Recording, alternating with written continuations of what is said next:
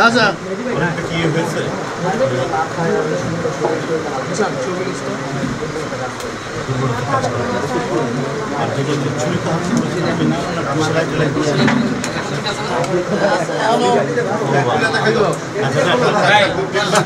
আজকে এখানে এসেছিলাম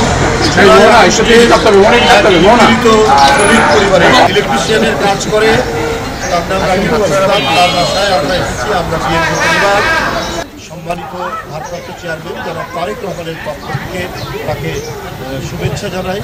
শুভেচ্ছা জানানোর জন্য তাকে এসেছিলাম। তার যে অবদান, তার যে রক্ত ঝরানো যে অবদান, এটা জাতি স্মরণ রাখবে, দেশের মানুষ স্মরণ রাখবে, বাংলাদেশ জাতীয়তাবাদী দল স্মরণ করবে গণতন্ত্রের জন্য এবং এদেশের মানুষের মুক্তির জন্য এবং ভয়ঙ্কর এক দানবীয় গুন্ডা পান্ডাদের হাত থেকে দেশের রক্ষার জন্য।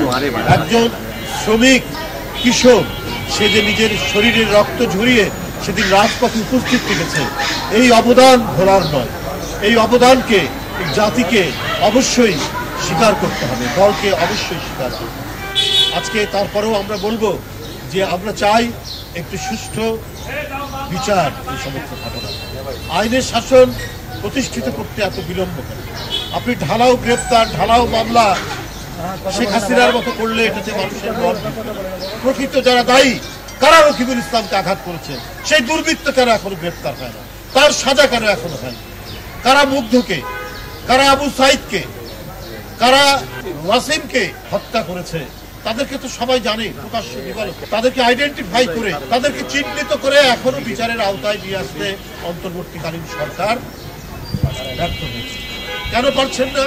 কারণ তাদের কাজের চাইতে অকাজ বেশি। জনগণের যে চাহিদাগুলো সেগুলো না মিটিয়ে তারা মেটানোর চেষ্টা করছেন একেবারে খামখেয়ালিপূর্ণ ভাবে, অযৌক্তিক কাজ। সামনে বাজেট হবে, আমরা শুনছি শিক্ষা এবং স্বাস্থ্য খাতে বাজেটে বরাদ্দ কম হবে। কেন?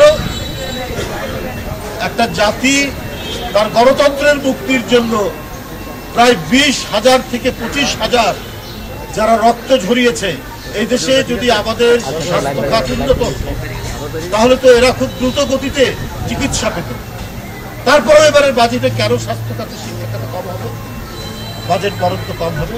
কারণ আমাদের এতই স্বাস্থ্য ঘাটতি, চিকিৎসা দেওয়ার এতই অভাব যে আজকে হাসপাতালের বারান্দায় বারান্দায় এখনো জুলাই আগস্টে যারা আহত হয়েছেন তারা কাতরাচ্ছে, তারা আর্তনাদ করছেন।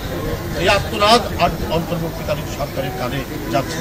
এখনো পঙ্গু হাসপাতাল থেকে আহত ছাত্ররা এবং অন্যান্য যারা শ্রমিকরা রয়েছেন তারা হাসপাতাল থেকে বেরিয়ে এসে তাদের চিকিৎসার জন্য রাস্তায় অবরোধ করছে। কেন এখনো এই পরিস্থিতি হবে? আপনাদের যারা এই আন্দোলন সংগ্রাম এবং গণতন্ত্রের লড়াই যাদের বিন্দুমাত্র ভূমিকা নেই, বরং কখনো কখনো ক্রিটিসাইজ করেছেন গণতন্ত্রের পক্ষের মানুষকে, তাদের অনেককেই তো উপদেষ্টা করা হয়েছে। আমরা জানি তাদের অনেককেই উপদেষ্টা করা হয়েছে। টক শোতেও তারা নানা কথা বলে, সবার কথা বলছে না, কয়েকজন আছে। তারা এই রাকিবুল ইসলাম এবং মুগ্ধ, আবু সাইদ, আহনাফ, ওয়াসিমের রক্তের উপর যারা সরকারটি হলেন, তারা কি শুধুমাত্র গাড়িতে পতাকা ওড়ানোর জন্য হয়েছেন না কিছু কার্যকর কাজ করার জন্য? আজও বিশ্ববিদ্যালয়ের শিক্ষকরা তাদের আবাসনের জন্য যখন প্রধান উপদেষ্টার বাসায় যান তখন তাদেরকে ভালো মতো ব্যবহার করা, বরং পুলিশ নিয়ে দেওয়া, তাদের বিরুদ্ধে টিয়ার গ্যাস মারা হয়, সাউন্ড গ্রেনেড মারা। কেন? শেখ হাসিনা 15 বছর এই সাউন্ড গ্রেনেড মেরেছেন।